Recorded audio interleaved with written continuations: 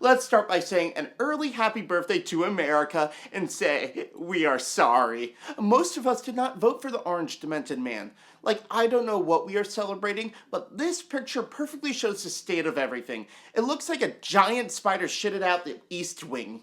But yes, the 250th anniversary of the United States is gonna be great. And you know what I think? Wrestling is a great way to celebrate. Like, come on, enter Brett Kavanaugh in the ring against, like, Pete Hegseth. You know what? Add RFK Jr. there. Make it a three-way. I know what I said. And you know what? Make it a battle to the death. And Trump is the person the winner takes on.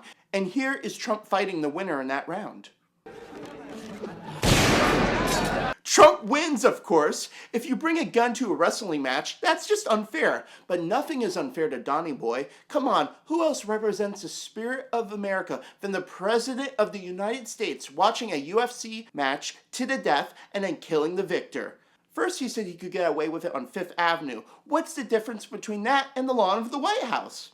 And second, the crowd would probably go wild. You know, to a degree, I feel bad for the MAGA lovers because they might be more brainwashed than literal brain-eating zombies. And mind you, zombies are dead and have no minds. Except this zombie. This one I like. I named her Harriet. Don't ask how I know her name, but she gave me a wink.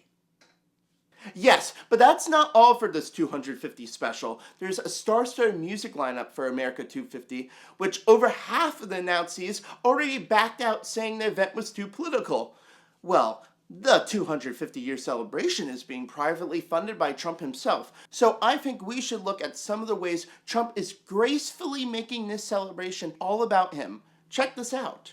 Hello everybody, and welcome to my country's 250th year anniversary. We got a great lineup of events. We got musicians playing music while American servants, or what most people call the middle class, will come and massage my feet without socks.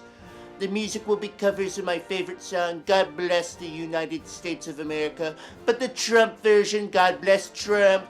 These covers will be sung by favorites like Morris Day, and The Time, Young MC, Martina McBride, The Comrades, Bret Michaels, and what, they dropped out?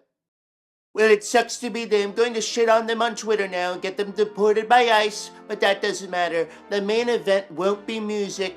It will be focused on me standing and people screaming how much they love me as I read poetry by the great and late Jeffrey Epstein, who, by the way, people get confused with another Jeffrey Epstein who actually got wrongly accused. Wrong guy, mix up, that's it. So celebrate 250 years of this fantastic country with me, my feet, and wonderful poetry. Maybe I'll even sing. DJT out. Really, what reality are we living in? Not the real one, I swear. Between the 2016 election, COVID, and whatever we're living in now, I really question when reality's got off track. I think I link it to the shooting of Harambe, rest in power, King, and that was like 10 years ago. But now, since so many artists dropped out, Trump is just doing a speech instead? Like, that's like replacing a production of Hamilton with some random play about loneliness, divorce, and death in the mountains. And I bet there's so many plays with these topics, it's not funny. I'll make a Kalshi bet. How do you think you're a suitable replacement, Donnie? First off, you cannot even stick to your script in speeches, and I feel like you repeat yourself more than a dementia patient a week away from death. But we'll talk more about your health conditions later. I will say, it's funny that he called the artists that he hired for this ceremony third rate. Like, we all know they were third rate because they decided to perform at your MAGA Grindr gangbang event, but the reality is, I give these third-rate artists at least some balls for getting the yips and not performing at your shitty celebration. Now, like other Americans, I will get drunk on the 4th of July and stuff my mouth full with victory hot dogs.